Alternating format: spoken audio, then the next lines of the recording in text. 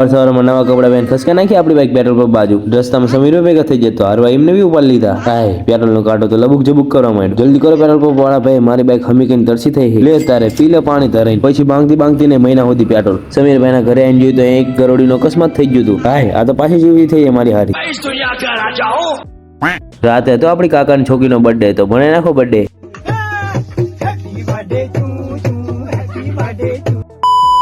રાતે ધરાઈને કેક ખાઈને સવારમાં ખસકાઈ નાખી આપણી બાઈક દવાખાના બાજુ. હે જોઈ લો તમારે હેન્ડસમ બોય. अल्लाह माफ करे, बहुत मनुष्य लग रहे हो, मत करो, रहने दो.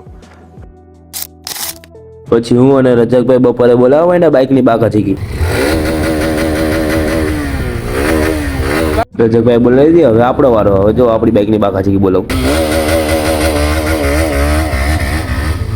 હાય રજકભાઈની બાઈક તો બગડી ગઈ. જો ચાલુ નહીં થતી ને.